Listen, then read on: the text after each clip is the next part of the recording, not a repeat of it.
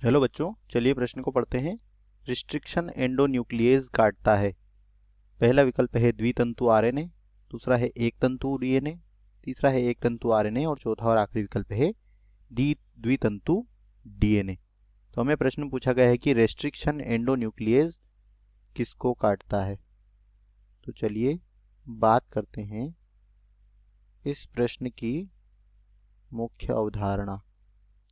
जो रेस्ट्रिक्शन एंडोन्यूक्लियेज होता है इसे प्रतिबंधन एंडोन्यूक्लियेज के नाम से भी जाना जाता है। क्या कहते हैं? प्रतिबंधन एंडोन्यूक्लियेज भी इसे कहा जाता है। और यह डीएनए को क्या करता है?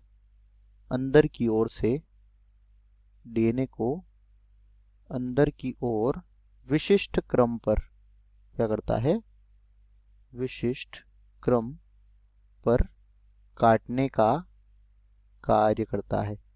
और जिस विशिष्ट क्रम पर यह काटता है उसे कहा जाता है पैलिंड्रोमिक क्रम या पैलिंड्रोमिक अनुक्रम उसे कहते हैं।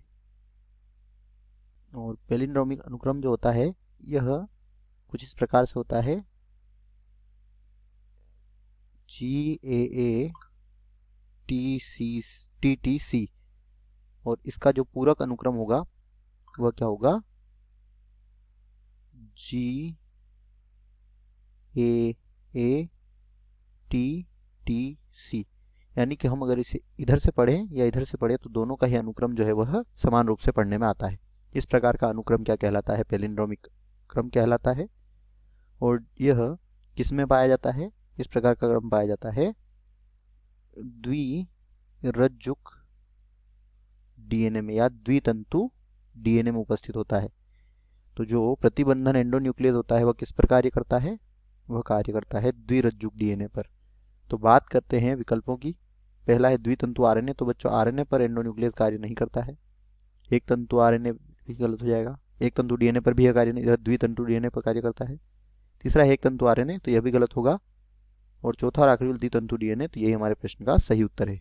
दिए गए प्रश्न का सही उत्तर है विकल्प डी। आशा करते हैं आपको समझ आया होगा। धन्यवाद।